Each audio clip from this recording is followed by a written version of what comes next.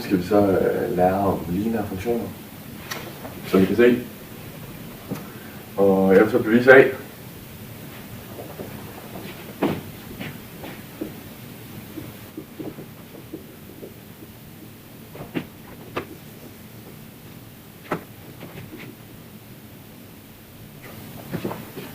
Ja, det er så bevise A. Og nu skal vi så finde ud af hvorfor. Jo, se her i. Vi har vores 2 punkter på vores graf, som vi kalder x1, y1 og x2, y2. Ja.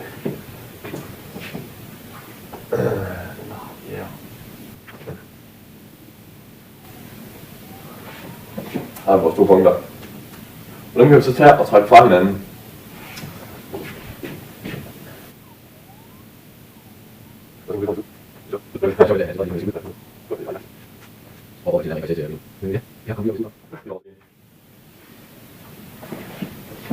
Her har vi så der. Og det kan vi også skrive på en anden måde.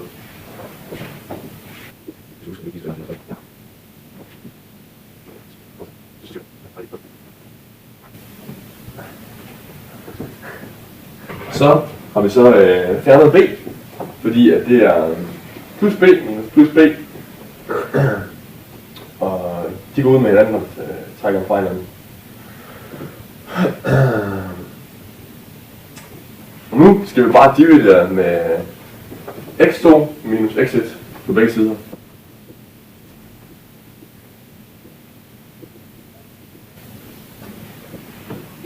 Der har vi så vores bevisfag.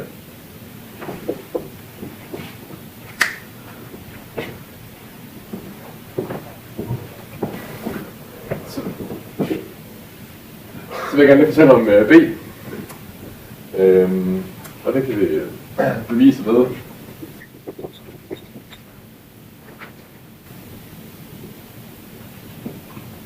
Det kan vi så bevise ved at sige, at jeg har formel her. Y lige med A, X plus B. Så for B til slået ind, så skal vi trække AX fra på begge sider. Så kan vi så videre til Y minus AX lige med B. Så det er sådan, man gør.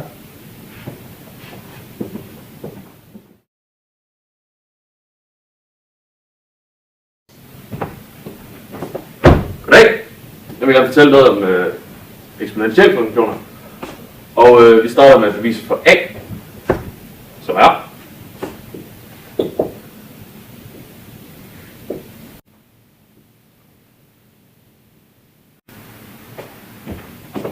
den form. Yes. Det man gør, det er, at man prøver 2 forskellige punkter ind i vores forskrift, som ser sådan her.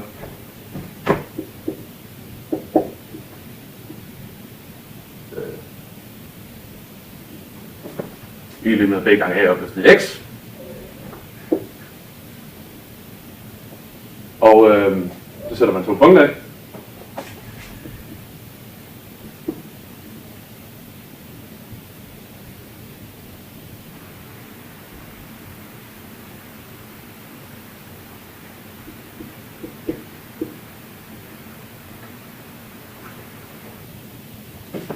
Så kan man gøre noget smart, og det er nemlig at dividere de her 2 funktioner.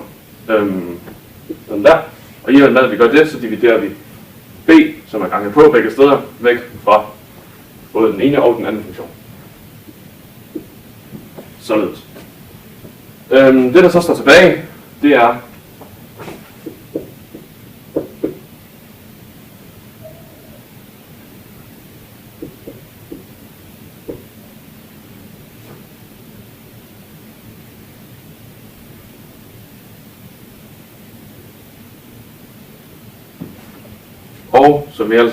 og den regel, som vi alle sammen kender, er, at 2 ens rod, som divideres med hinanden, som opløftet eller forskelligt, er lige med den samme rod opløftet i den ene eksponent minus den anden eksponent.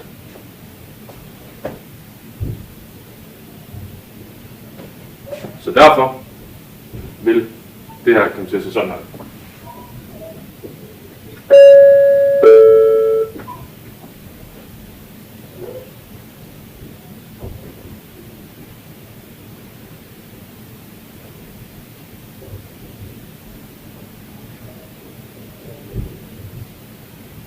Sådan der.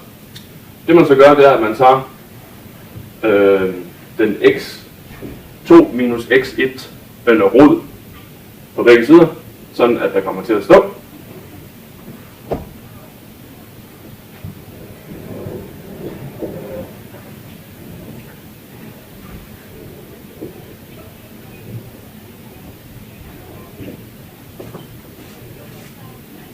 Den x2 minus x første rod af y2 divideret med y1.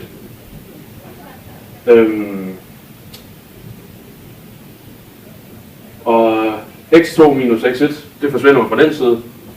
Så det her er lige med af.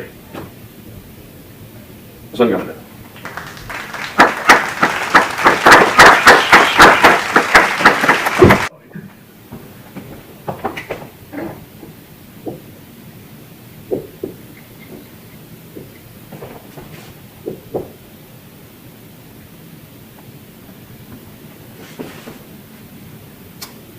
Det er det bevis, vi skal lave. Og det kommer sådan her.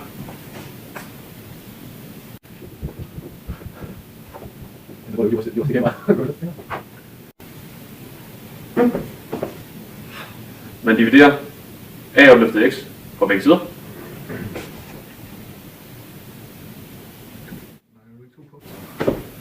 Og det gør man ved at dividere a opløftet x på begge sider.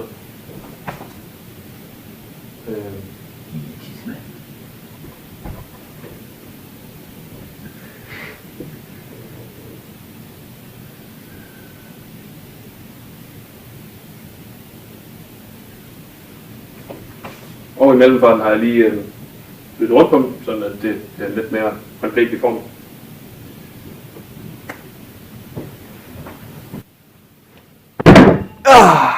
God eftermiddag, første B.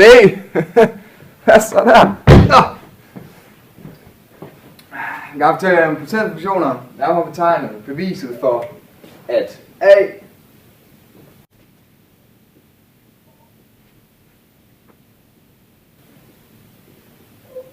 ser sådan der ud.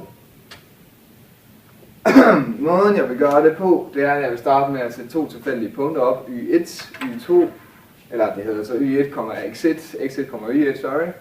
Og X2, Y2, og sætte dem ind i vores formel for potensfunktioner, som jo selvfølgelig er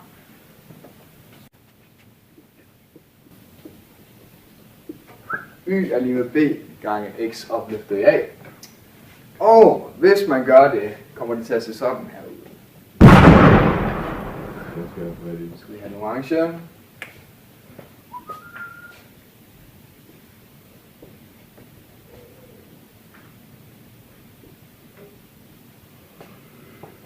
Det jeg gør, det er at jeg starter med at dividere de to funktioner med hinanden, punkter, hedder det sådan set. Det er meget smukt. Og i det jeg gør det, ophæver jeg sådan set B, så det kan vi tage væk den måde. Så der nu står Y. 2 og dividerer med Y1. Og så kender vi reglen med, at det her det sådan set svarer til at sige de to tal der er her. Til at sige parentes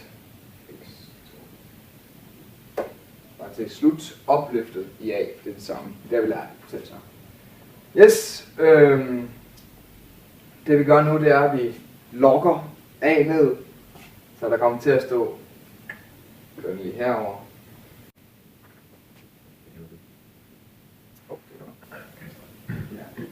Hovsa, det var vist en gagestreg.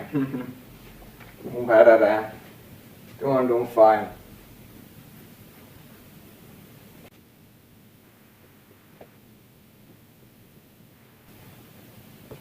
På den måde svarer det sådan set til, at A kommer til at stå hernede, i stedet for på den måde.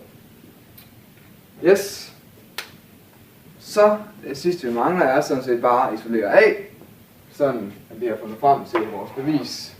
Og det gør vi ved at dividere log væk på den her side, og selvfølgelig også gøre det på den anden side. Og så vender jeg det lige om, bare for det smukke layouts skyld. Så vi til sidst får A er lige med log 2 1 er lige med log til x2 x1. Wow! Sådan skal det gøres. Wow! Bitches! Hej, navnet er Aske, og jeg vil gerne fortælle om potensfunktioner. Til sidst vil jeg også gerne bevise B ud fra potensfunktionsformel.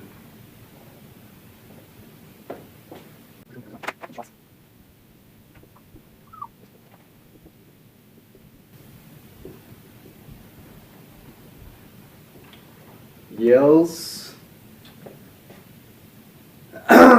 Hvor måde man gør det er ganske simpelt. Vi sætter endnu en gang 2 forskellige tilfældige punkter ind.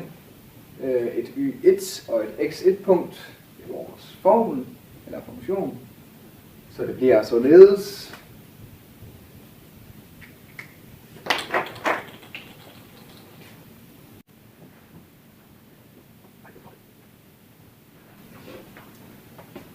Sådan der. Derefter går vi til den som en hvilken som helst anden ligning. Og dividerer egentlig bare x1 opløftet a fra b, begge sider. Så det kommer til at blive til sidst.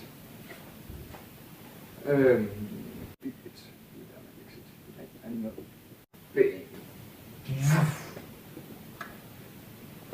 Bitches.